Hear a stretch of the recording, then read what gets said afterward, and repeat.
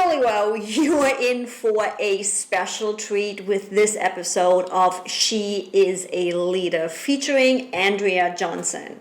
Look, I know how it is when you are told to tone it down, when you are told you are too much, when we are told we are too much. When somebody tries to put us in a box because of how you look, how you speak, or just how we show up in the world. And Andrea gets it too. What I love about this conversation is how real Andrea gets about breaking free from these expectations. She shares her journey from music industry professional to powerhouse leadership coach. And trust me, her story of finding her authentic voice will hit you right in the feels. We dig into some really deep stuff here, how personal loss has transformed her approach to life, why understanding your core values changes everything. Freedom of thought is her number one, by the way. And what it means to finally say, screw it, to other people's judgments. This episode feels like sitting down with your two friends who get what it's like to struggle with showing up authentically. And Andrea puts it perfectly when she says, I'm finally showing up as me. And isn't that what we all want? If you ever felt judged just for being who you are, or if you're ready to step into your power without apology, come join us for this episode of She is a Leader. I promise you it'll make you feel less alone and more inspired to embrace your unique leadership style. And remember, we are all in this together. This is your community where you can show up as you are and all of you. And I can't wait to hear what resonates with you in the comments. And with that, I would love to introduce you to Andrea Johnson. She empowers executives and founders to lead with authenticity, conviction, and confidence so they can make a positive impact on their lives, organizations, and communities. Uncovering and understanding the significance of her core values became the key to the process that allows her clients to become impactful leaders. Her passion is equipping female leaders, now you know why she is here double-fold, to define a new culture by trusting their own ability to think critically, create imaginatively, and lead effectively. And Andrea, your submission also had my most favorite word in there, core values. Hey, that's my word. With that, you being a female leader, no question, sure do I want to have you on the She is the Leader podcast, and supporting female leaders. And like literally, I read through your submission, like core values. Oh my God, I have to have her on. With that, with all of these amazing alignments and accomplishments and similarities between us both, I'm curious. Little Andrea, little Andrea, did she think you're gonna end up doing what you do today? Heavens no. Little Andrea wanted to be Karen Carpenter. I love it. Oh yeah, little Andrea was a performer, but I was told a lot.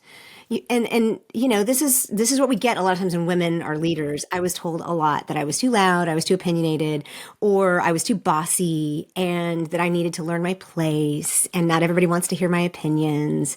And you know, it's kind of hard to discover your leadership talents, or even just to be authentic to who you are when you're constantly trying to fit into these social norms. So that was doing performing. And I mean, I've had a music business degree. You know, I actually worked for record companies. I actually went that far with it. That was something where when you're in the entertainment industry, it's fine to be a sassy, smart, strong woman, right? That's a really safe place for a strong woman to be. Probably safer now than it was back when I was trying to do it. But, you know, I think anybody that wanted to aspire to be a singer or anything imagines a Taylor Swift type strength or Beyonce type strength or being able to have those kinds of opinions and sway that people with your thoughts and your ideas, not to mention your talent. But no, even 10 years ago, Andrea had no idea this is what I would be doing. So I'm curious because it's like, yeah, sister from another mister. The whole too loud, you're supposed to be seen, not heard, all of the stuff that gets put onto us. I'm curious. Did you use your work in the industry to be like, I'm not listening to you, or did you initially buy into it and then break out of it? Because heck girl, be the loudest, and yes, you are showing up as a leader. So I'm curious, did you initially believe what you were told and you broke out of that mold, or did you use the industry to just go straight and not believe it to begin with? I wish I could say the second was my answer, but it's not. My story is one of believing it to the point of my own detriment and to the place where I finally kind of got broken in my understanding of who I was and why I was here and what I was doing, and went through major breakage and deconstruction and reconstruction, because it's not just that. I'm also from the evangelical culture. My husband is a pastor. So I have all of that together, all that conditioning. And I am, if you know anything about Enneagram, I'm an Enneagram 6. So I am all about staying within, either I fight the rules or I stay within the rules. And so when I wanted to be accepted, I just internalized and doubled down on all the rules and everything I was supposed to do, to the point where I even was finally able to adopt a child at 42 because we had infertility issues. I went through early menopause. But when we adopted him, I thought I was supposed to stay home. I was miserable. And, I'm somebody who's a doer, even though I'm home all the time now as a self-employed person, I can't do nothing. I can't sit around and do nothing. But I wish I could say that I didn't buy into it. But Yvonne, I did. I bought into it hook, line, and sinker. And it took a really hard year of 2016 to 2018, a couple of years in there, of 2016 to 2018 to show me. And somebody else said it recently, they thought they were right until all of a sudden they realized we were wrong. And I'm like, yeah, I thought I was right until I understood and saw. It was as if somebody took me and like turned me around 360 and said, look at what you're espousing. And so there was a lot of grieving going on there, not just for myself, but the way I had, because I'm still a leader, even if I had bought into all of that, right? And because in the church especially, I led a lot of women, I did a lot of things. There was a lot of breakage and breaking down, but I've come back stronger. And now, there are people in my family who think I've lost my religion, but it's not true. But it just is I'm just finally showing up as me. And I think, oh God, there's so many layers to this. Right? It's on religion. Yes, I have experienced. I'm not baptized or anything. My parents were always like, when you turn 18, you can decide where you want to go and what you believe and all the things. And I'm like, I pull things from everything, and I love certain things, and I don't like how certain things manifest. So I have experienced what it feels like when somebody is like, you lost your religion. I'm like, no, I actually didn't. It just manifests different for me than it does for you. That came to mind for me, and that's where I see you. I'm like, even speaking beforehand and reading your bio, I'm like, no, it just manifests differently. It shows up differently. There is so many different ways how we can interpret the same things in different ways, and they can all coexist all at the same time. Having said that, I'm curious, what was the activator for the, I don't want to say breakdown, for the change, for everything happening, for doing the work? Several things, but they kind of coalesced into like one 6 to 8 month period of time. First of all, it was my disillusionment with my work. I had spent 25 years in the higher education system. I was almost little, actually, Yeah, 2 years at graduate school where I met my husband. Then I was 11 and a half years at Johns Hopkins Oncology Center where I learned to, I became like a research administrator where I helped get all the grants and all that kind of stuff. We did cancer research. And then I moved to the University of Virginia here in Charlottesville where I started out as a research administrator and a grants administrator and moved back into the School of Medicine doing operations administration. And so I did all the budgets and all the numbers and all that kind of stuff. The problem is in large institutions like that, they want you to stay. Like the same. They want you to stay there. They want everybody to stay. They don't want any upheaval. And I get it. They need institutional knowledge, that kind of thing. But I needed to grow and I wanted to help my people grow. So I was already chafing over that and understanding that my top core value is freedom of thought. Now, looking back, I don't fit into a big system very well because I don't need you telling me what to think, right? So that was the first thing. The second thing was my mother was diagnosed with cancer back in 2003, something like that. Anyway, breast cancer. And we put her in hospice in September of 2016, and we lost her in February 2017. And that, I was 50. And at that point, it just was that was a seminal piece for me. It was going to a crucible. But then there was also the 2016 U.S. presidential election, which opened my eyes to a lot of things that I had been closing them to for many, many, many years. And also here in Charlottesville in August of 2017. So it's like a 1 year period of time. The Unite the Right rally came through here, and it was the Nazis and the white supremacists, and a girl died who lived down the street from us, or like right down the road from us. And all of those things together just had me take a look at myself and say, girl, all the stuff that you have espoused in the past, this is the end result. Right? It's like either you know where you're going and who you're supporting and what you believe in. It's really difficult to say, I am an, quote, evangelical Christian when evangelical Christians are doing these things. I can't do that. So I had to start shedding labels. I had to start deciding what was important. And I started out positively, though. I started out with when I lost my mother, my first thing was, what do I stand for? What do I believe? And that's where intentional optimism came from. I like brainstormed and pulled all that together. I don't need to go into the full process unless you want it, but that was the first place I started was what can I do positively to say if this is my first 50 years, I'm going to be really optimistic and say I'm going to have another 50 and how are they going to look different? Oh, hell yeah. And there were some things that my mother did beautifully. She died well. I mean, dying to me is not a pretty thing. And I was there and it's not, to me, it's not, I don't wish that on anybody. But she did it with grace and courage. Oh. And 2 days before she died, she was on the floor playing with my 8-year-old son. And, so things like that, it's like, I want that kind of resilience. I want that kind of courage. I want that kind of resolve. And, we can look at some people and say, I don't have that in me. How am I going to foster that? Because it might not be my natural tendency. So I saw that. I also saw that she was really good at walking in a room and just lighting the whole thing up like a bottle of champagne. Mm-hmm. And I could walk in a room and say, what is wrong with y'all? It's like, okay, I want to switch that around. I'd like to have people be happy I came in the room. So that was the first thing I did. And then as I started digging deeper, I realized, this is much deeper than my behavior. We have to go much, much deeper. So those were the things that started me on that road and started me asking the questions and going back to my critical thinking skills that I had been taught when I was younger and that I had abandoned throughout my adult life in order to fit in.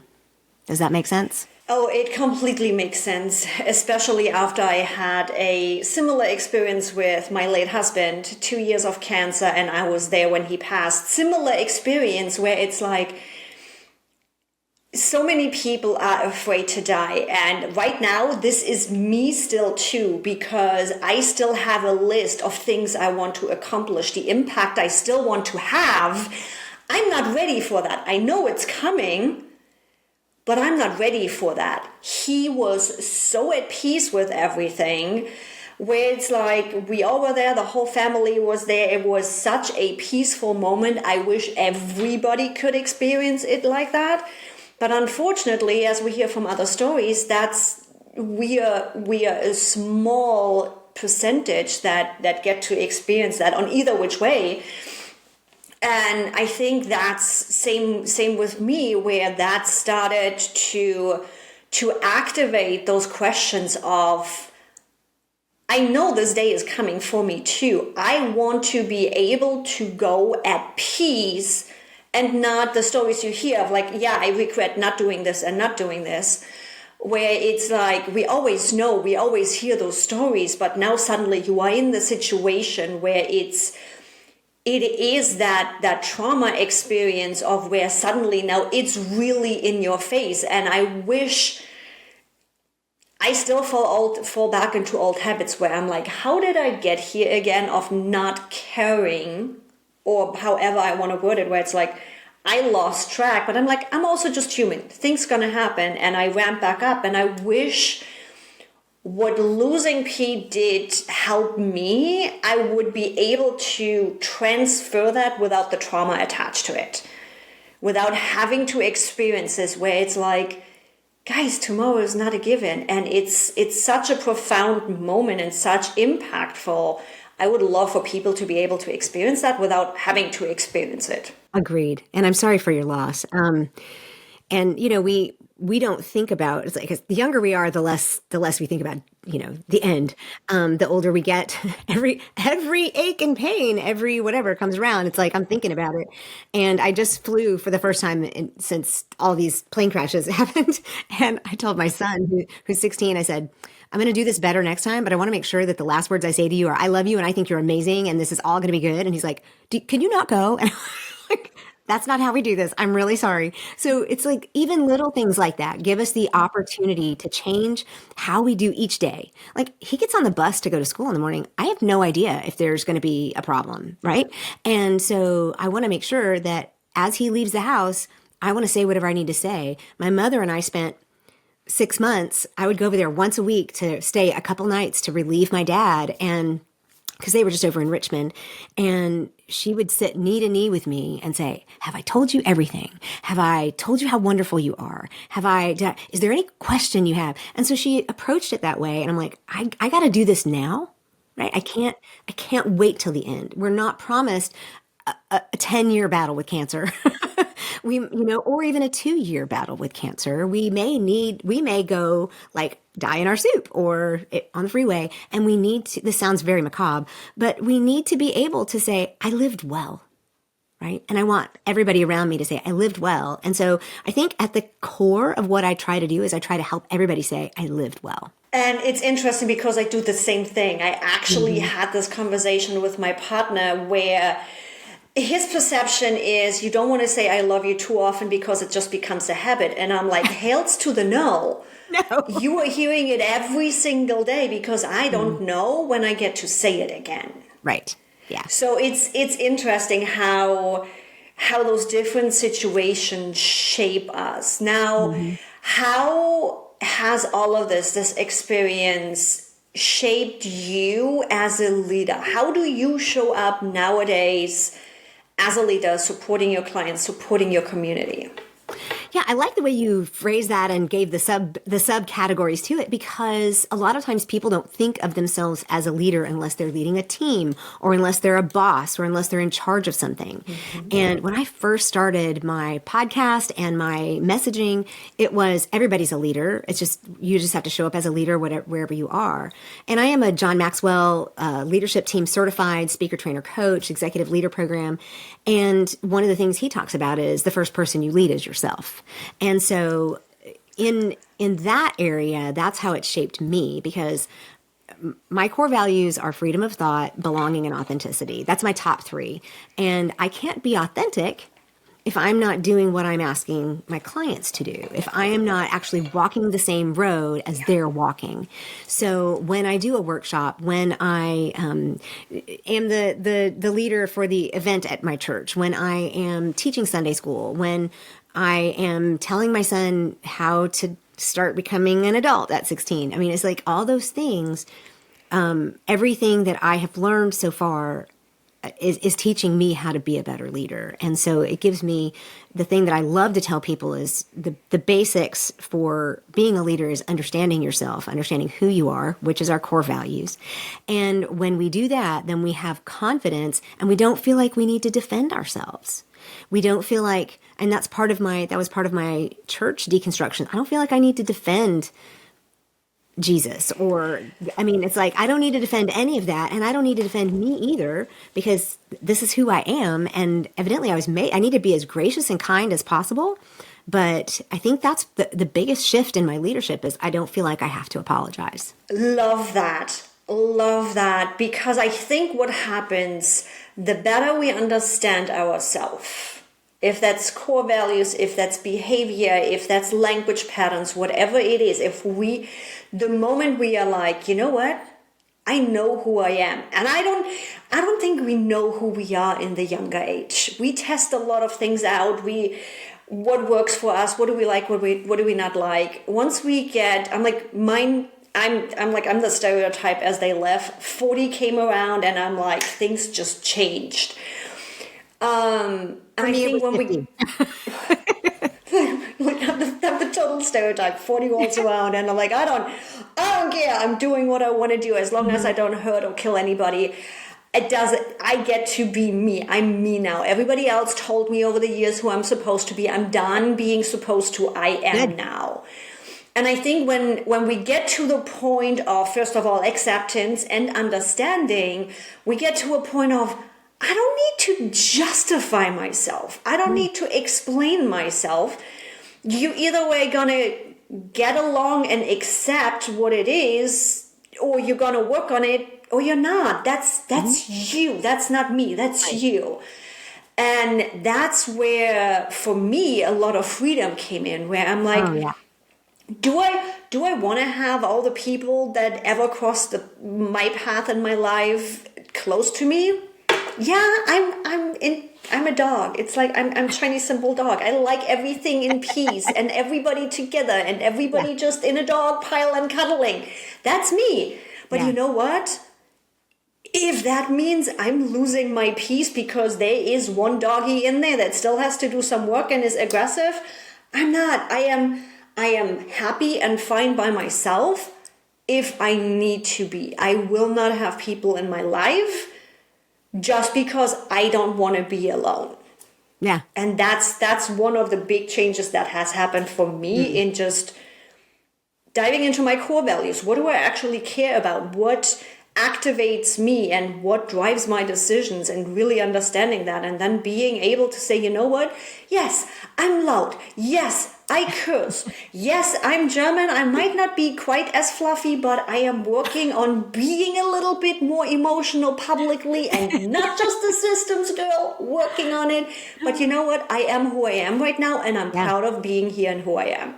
Good. And it sounds like that's exactly what you experienced too in your growth phase. Yeah, and it's still going on. I mean, I didn't really start tackling any of this. I did a lot of personal growth, a lot. Like, I even have original on video here. You can see my governing values. These are from 1995.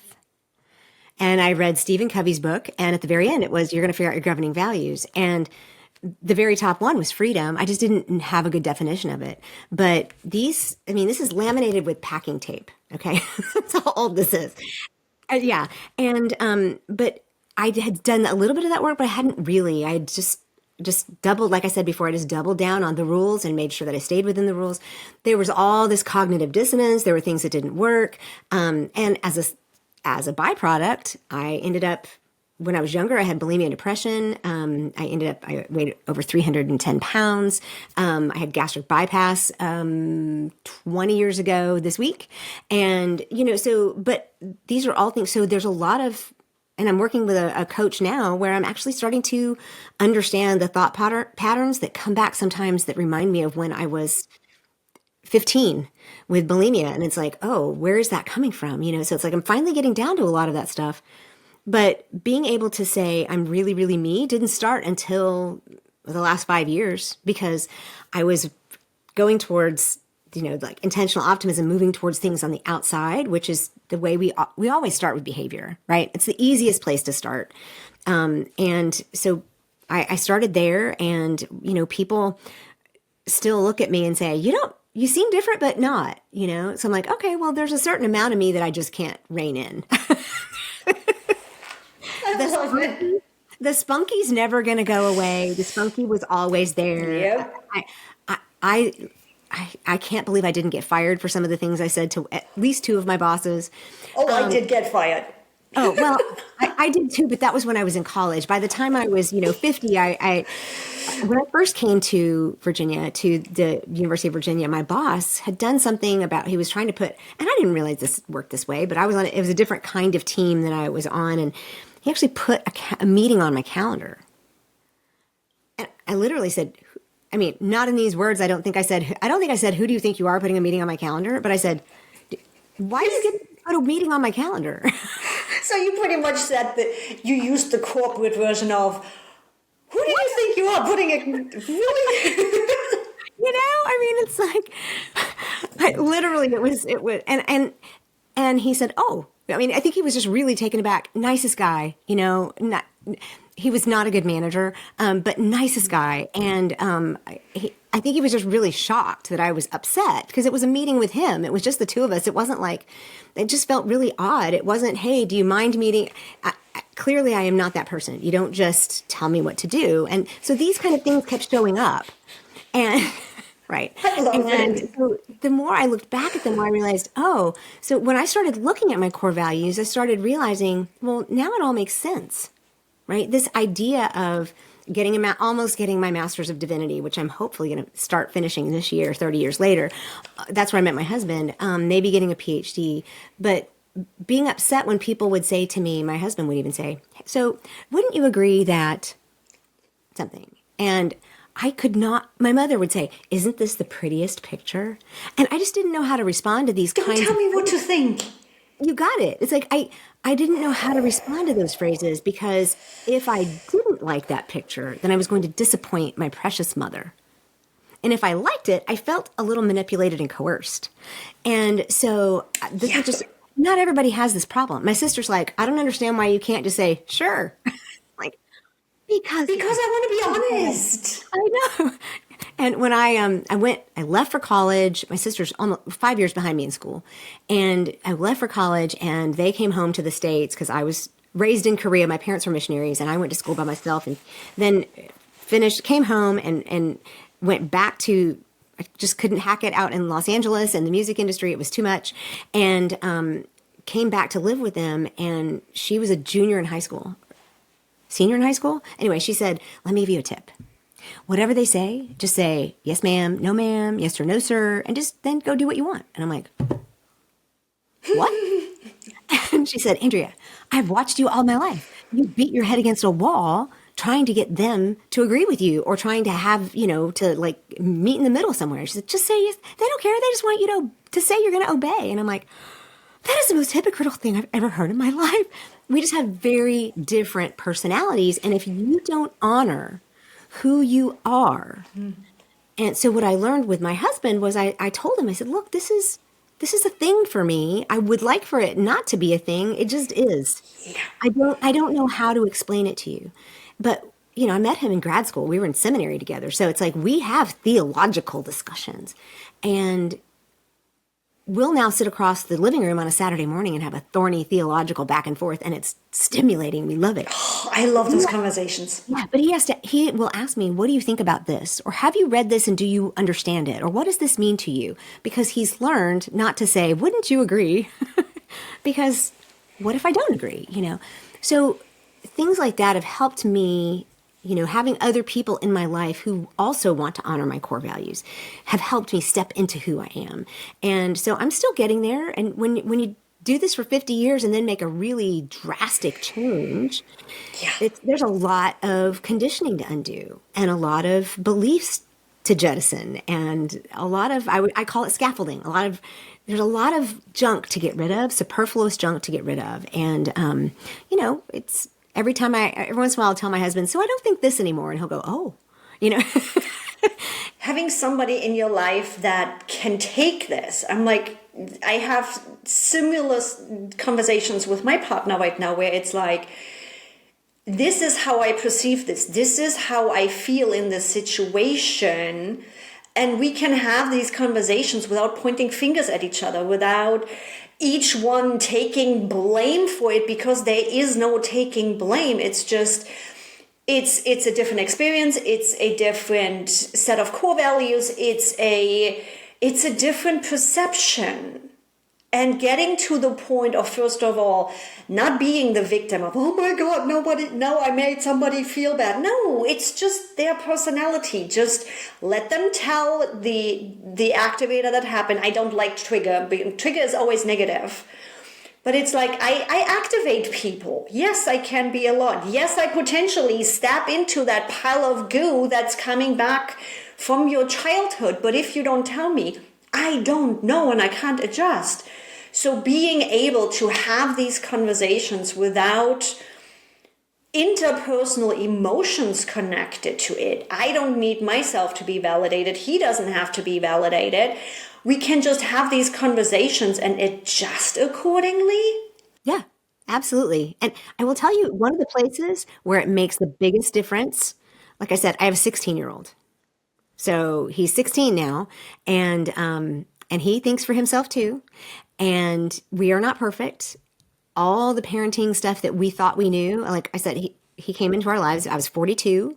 So I was a grown woman and I had my own way of doing things. And I came from the 60s where I was born in 66, right? So my parents were like, kids are seen and not heard, and you do what we tell you to do. And that's already hard for a strong-willed child, supposedly, as if that's a bad thing. But for us, we had to learn he was adopted. He's not genetically related to us. He has ADHD. He has some other things that go with ADHD. And we had to learn a whole new way of parenting. And I mean, my parents looked at us in certain areas because he needed to be swaddled for a long time, just because of other issues, and because he came to us at 9 weeks. So we swaddled him for a really long time. My dad was like, this looks like child abuse. I'm like, this is not helpful. It's like, this helps him, you saying that to me is not helpful. This helps him sleep. And it's like, interestingly enough, I literally sleep with a weighted blanket to feel like I'm being swaddled. But it's the experience he carries. And it's like 5. Yeah. He has 5 blankets on his bed at all times. Mm-hmm. And I open the door to check on him every night because I'm a mom. And I just open to see if he's sleeping, and he's usually asleep. If he's not asleep, he's pretending, and he's good at it. But it's like this big pile on the bed, and it's all these blankets. I'm like, aren't you hot? And he's like, no. I'm like, okay, whatever it takes. I'm not here to judge, right? It's like, we just need to wash them every so often. But in working with figuring out him, because he's blossoming into a grown human, and we're trying to help him figure out who he is and how we need to interact with him. And we have our own baggage. So sometimes having conversations within the family where we sit down and we say, all right, nobody's judging here. And if there's emotions, we're going to give each other the benefit of the doubt because we all have a different perspective. We all have different core values. This has helped our family more than any client I have ever helped. And so if you're sitting here listening to this conversation thinking, yeah, I know my values, I don't know that you do. 99% of my clients think they know their core values, and 100% of them do not. They might know one, but they don't, or they're not honoring them. And it's always shocking to people when they actually dig down deep enough to see who they really are. Because I think a lot still think when they hear values, it's like your business values that you decide on. You don't decide on those.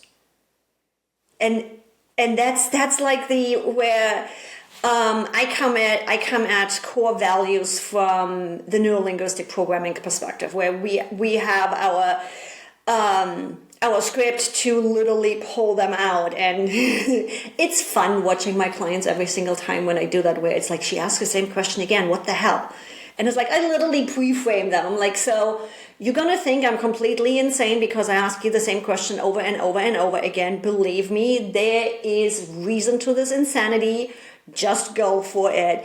And it's interesting every single time to see the reaction afterwards when I'm like, And here is what we got out of you. Oh, this makes sense. I'm like, yeah. Every time. Yeah, I come at it from a similar. I was trained by someone who was NLP, but mine is just a little bit different. I am a. I don't know if you understand human design or anything, but I am a generator, and so having the back and forth is really that's where I shine. And half the time, I don't even know what I'm saying, so we record everything. Manifesting generator, seriously, where it's like. I'm a pure generator. Even in the podcast, it's like, I don't know what I talked about the last hour. AI, you need to run through the transcript and give me an intro. Yeah. So what I do with them is I walk them. So I have a hybrid program where I let them do a digital course, and then so they do some work on their own, and then we come together and I push back and go back and forth, and I make them define things for me. I make them tell me how that looks in their life, and so it's very similar to like, and I'll just go through and I'll just keep pushing and keep pushing and keep pushing, and then they'll say, "Oh, maybe it's not that." Okay, let's keep pushing, keep pushing, keep pushing. And then they get down to where it is. So it's a very similar process, just from a different angle. But it means that people are willing to say, this is who I am and not anybody else. And watching, and I'm sure you go through this, watching them bing, that little light. It's like the heavens open up and the skies go, oh. It is so rewarding to then, that's just the beginning of the process, right? That's just the beginning, because most of the time when like I had these 30 years ago, that's the beginning. And what happens is we go deeper and deeper. The more we integrate them, the more we honor them, the more we align our goals with them, the more we realize, oh, wait a minute. Originally I thought my top core value, I thought it was community. But I realized, and now I'm landing on belonging, because it's not community. I can be alone all day, every day. I don't need that. And I think that's why it was a little bit of a weird thing for me all my life, trying to fit in. I just really didn't want to be ostracized. I didn't need to be around people. I just didn't want to be the pariah. And I wanted to belong somewhere, but I didn't need to be in something. And being able to do that over years and years and years, as you get down to it, for a while I thought, authenticity, that sounds too vague and broad. And so I do work with ChatGPT. I tell my clients, go into Google and get your definitions, and go into ChatGPT and tell it this stuff and ask it to talk back to you. That way, when we come back together, we can have a really rich conversation. And so I do the same thing. I literally build, based on my training, a coach. I use Magi, so I can use different AIs. But I build a persona around my teachings, and actually even polished on how I want to be. So a little bit less of the systematic stuff and a little bit more emotional connection. And I work with her. I'm like, I dig deep, and I'm just keep going and keep going. And which brings me to, my audience doesn't have to do this alone. I know you have a little exercise and a little resource for my audience if they want to dive deeper into their core values, don't you? I do. And as a matter of fact, within the next week, I don't know when this is airing, but so when it's live. Oh, okay. So this is live. So within the next week, it's actually going to be updated. So right now it's called a core values exercise. It's very simple. It's a 1-page download. Right above, if you go to my website, theintentionaloptimist.com, right above my head is a little button, and it says free downloads. All my free resources are right there. And core values exercise is one of the top ones. I'm redoing it, calling it a core values blueprint, which I think will help people, because my son's in carpentry and he really likes architecture and he's working on blueprints. I didn't do that on purpose, but it's like, oh, this is a great analogy, because when you see the blueprints to a house, and I explain core values that way. It's like my property, my house. It gives me a natural boundary. So it's going to be called the Core Values Blueprint. But if you go, when this is live, if you go this week, by next week it'll be different. But I'm loading it all up. There'll be videos involved in the new one. But it's a simple exercise. And if you're somebody just starting and you can do work on your own, this is a great way to do it. And yeah, by the time it's live, I'm thinking about the schedule right now. By the time this goes live, you're going to have it updated. So as always, you can find Andrea's links and the core values blueprint and everything right in the description. Wherever you are watching, listening, or reading, it's in the description. Easy for you to click on and go snatch that. Andrea, I could go on for hours. I have a feeling you're going to be on my comeback list if you want to join again. Oh gosh, we've only scratched the surface. Exactly. I'm like, I have so much more. So much more. Thank you so much for joining me today. And everybody listening, if you haven't hit the follow button yet, no matter if it's on Spotify, iTunes, YouTube, go hit that button so you don't miss any other amazing leaders coming on the podcast. You saw Andrea today, so you know I have amazing guests. I'll see you there. Thank you so much. Bye.